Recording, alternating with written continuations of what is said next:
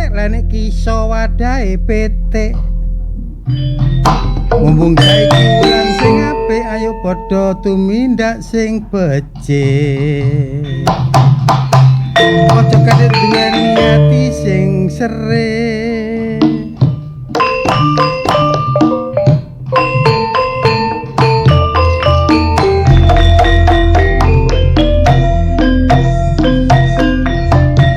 Buah nangka buah srikaya sing gelem poso lemuriaya.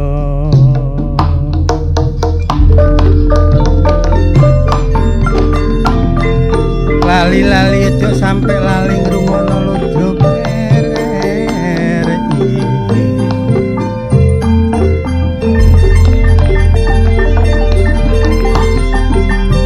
Dolor kabeh gak usah isin check up kesehatan kudu sing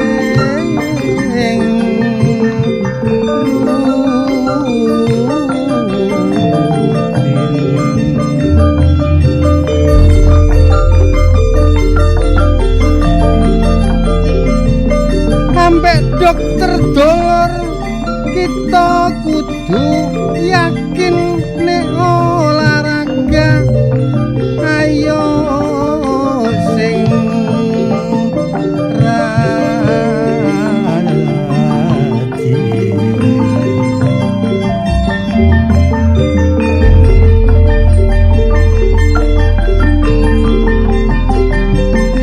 gula darah dolor ojo sampe dhuwur nek ngombe legi ojo sampe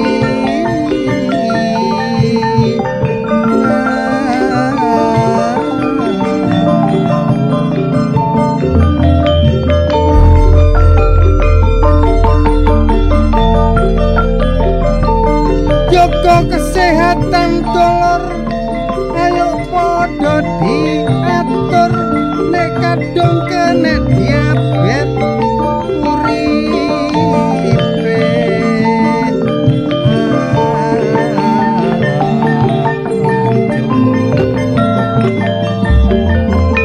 konsumsi lemak dolor ayo dicegah sebab itu bisa ngotori darah.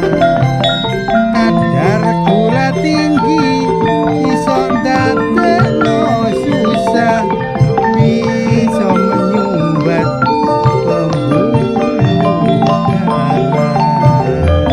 Apa maneh sing duwe darah tinggi ning ngombe kopi ayo padha dikurangi.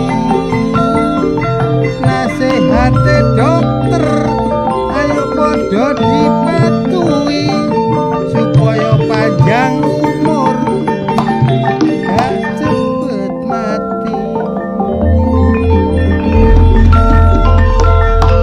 Cinten ireng rica pala tekap semanten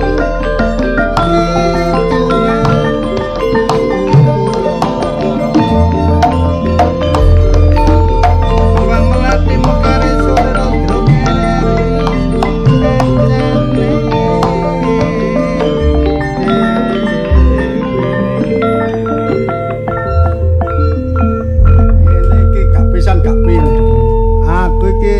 sajane yo gak ono-ono temen yo. Iki nggawa celurit gak iki?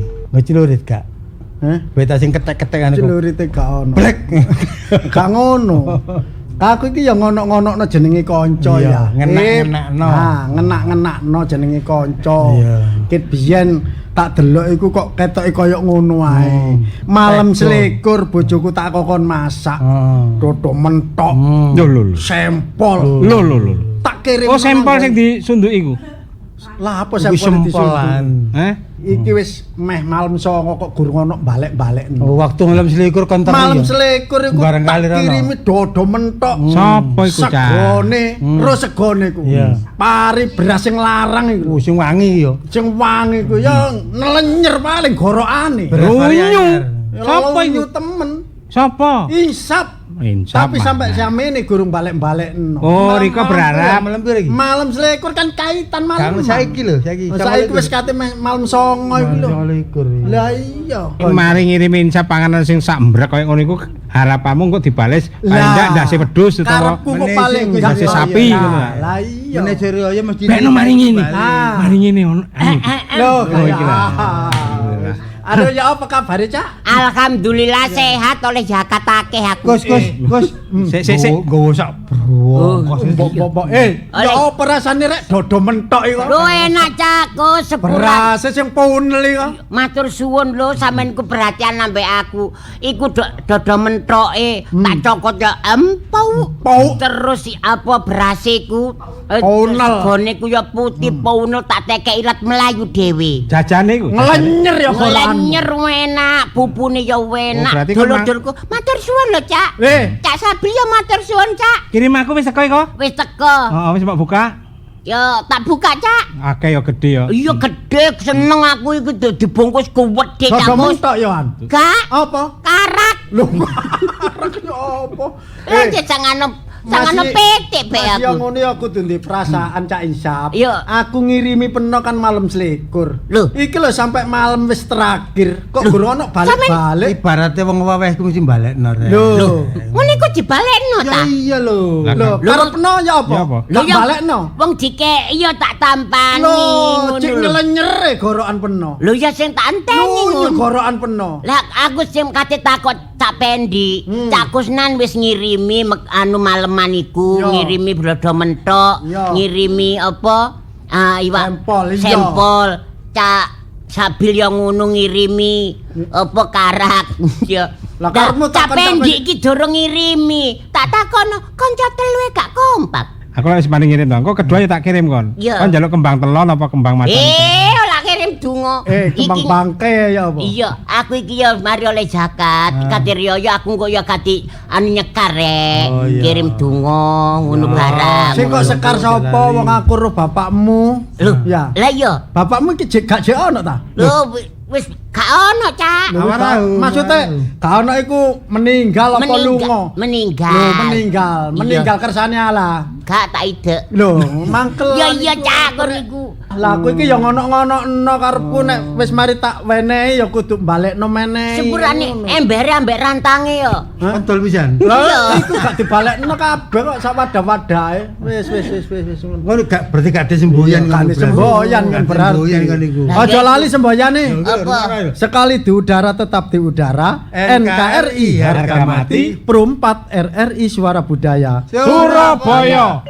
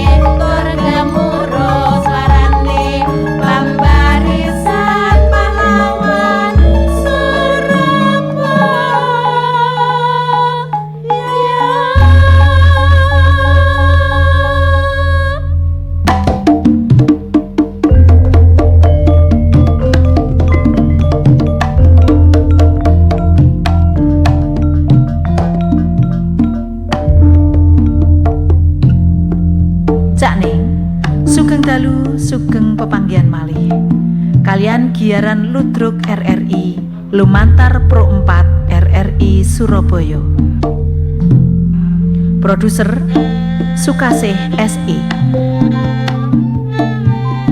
Produser pelaksana Afnani Hawari SPD MPD. Ketua Purbandari SSN. Sutradara Cak Haryanto. Koordinator Karawitan Cak Trio Umarwanto. Operator Cak Isnan. Dalu niki ndamel lampahan Hidayah Ramadan seri 8 tamat. Pengarah acara Ning Ami Sanjaya. Wusono saking studio kita ngaturaken sugeng midhangetaken.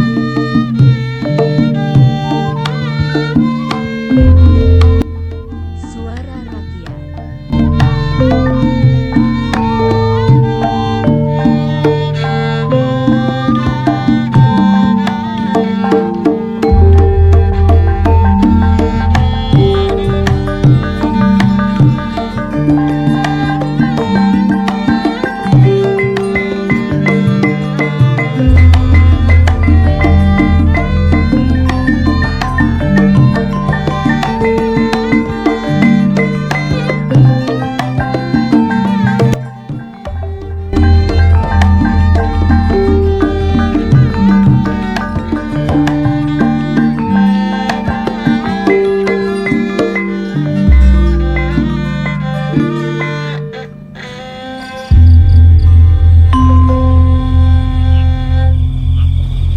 Wingi ku aku tekan gone Pak Yai. Tak takokno ya gak siji yai lah. Telu yai ta. Jawabane iku padha. Alia iki gak apa-apa. Alia iku seger waras. Ya syukur, Pak. Tapi ya kayak sing aku ngomong iku aku mbadine balik ketok sing koso ndudukno cedhek wis bakal mulai nang omah tapi kapane gurung. Ya muga-muga. Pak, Bu. Iya. Oh ya, Nak. Kula kalian Adis, ndek wingi nggih sampun mantun saking niki kiyaine Adis, kiai pondoke Adis. Iya, Nak, iya. Nggih, terus angsal sanjang niku teruse Alia nggih. Alia pasti sehat-sehat mawon teng mriko.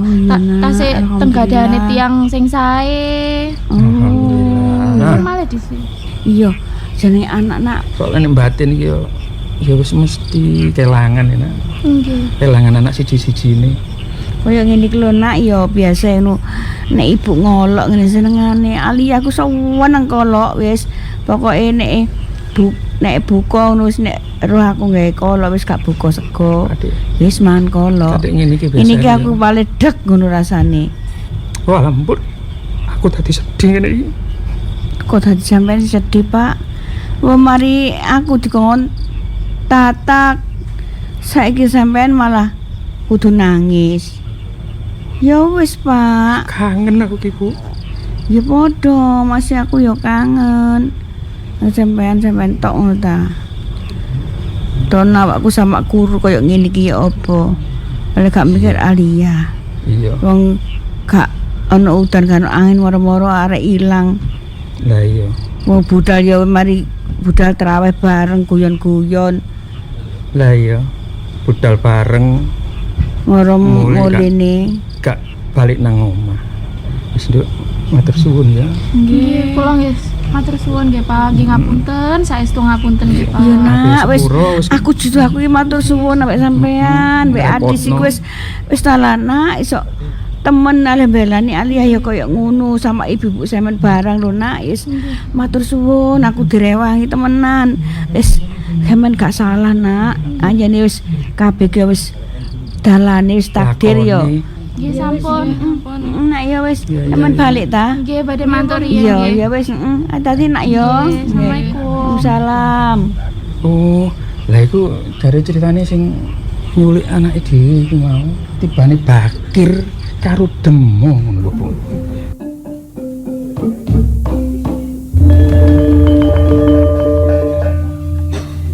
Iyon badan tak iyon susahing ati badan siji digawa mati wonten donya kakehan dosa wonten akhiratipun siksa Allah Ta'ala nyuwun ngapura pundi-pundi dalan suwarga mugi-mugi kawruhana babatono paculana jati babat puji kelawan pacul babatono puji kelawan tikir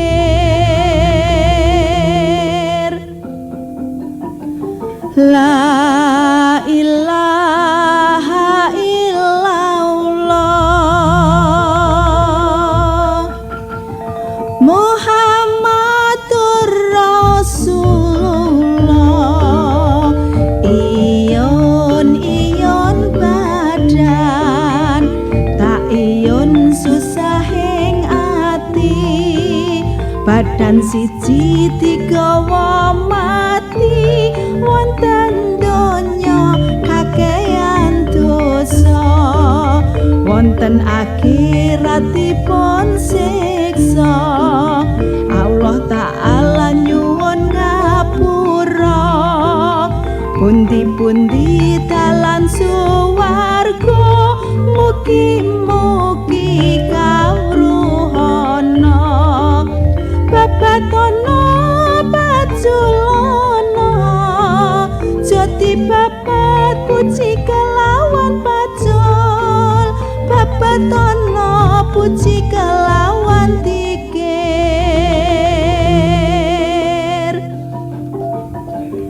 La ilaha illallah Muhammadur Rasulullah Mi, Iya, Bah.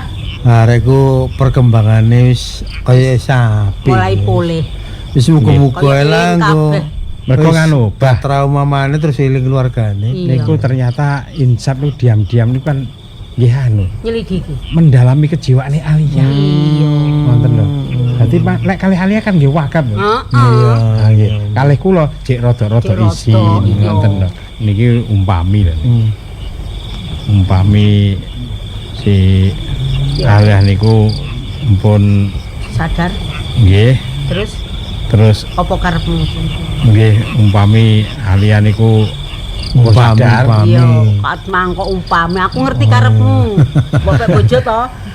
Aku setuju kok. nyatane sampun dangu wonten mriki kan saged dipun tingali perilakunipun, adabipun gitu. Ya. Terus ngajine nggih alhamdulillah nggih. Pintar. Tapi mpun kula ya Mbak, sing anu, sing kondok ngene Sing sungkan. kondok, ngono. Ngenten iki Insap wangsul disiki ngenten iki kula nggih sedih. Bah, Nduk. niki Iya. wedang jaine. Alhamdulillah, matur nuwun. Ah, Senenge teh. Dek ini dek kene gak sampe saulan ngerti senengane abae lho, wedang jahe. Nah niki Ah. napa singkong keju. Oh, alhamdulillah. Pinter, Matur nuwun. Dadi sing sampean omongno iku alamate sampean wis bener desa iku ya.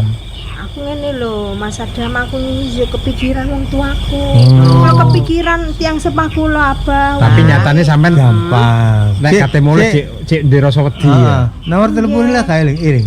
Nah, HP kula niku. Oh Cak. iya, HP ini gak kaeling ya nomor HP ini ya, soalnya HP ini hilang ya. lah ilang iku apa, Bah? Tapi Insap niku ternyata pun semerep. Desane pundi alamat pundi pun semerep. Ngono lho. Iya, cerita nak. Kula niku kan mantuk traweh. Terus kula pisah kali kanca kula pados dalan bobolan Iya, ngoten. iya, Terus iya. ten mriku niku enten tiang mendem kalih ngoten lho. Terus nggih ngoten niku kula dibekep terus diarek-arek di cancang tangan kula ngoten niku. Wah iku ya. Nggih. Waduh ya Allah. Anu, Pak, Kok sik mentoloni. Niki pun banter-banter niki. Niki kula kan nembe buka FB ternyata pun nonton beritane Aulia niki. Apa napa? Sampun diunggah peristiwa niki. Terus seorang gadis berumur sekian dengan ciri-ciri namanya Aulia. Niku ternyata pun meninggalkan rumah tanpa pamit gitu ya. Tapi kita niki disampaikan tentang Aulia napa mboten? Ya sampai lo gak apa-apa ya Bayo.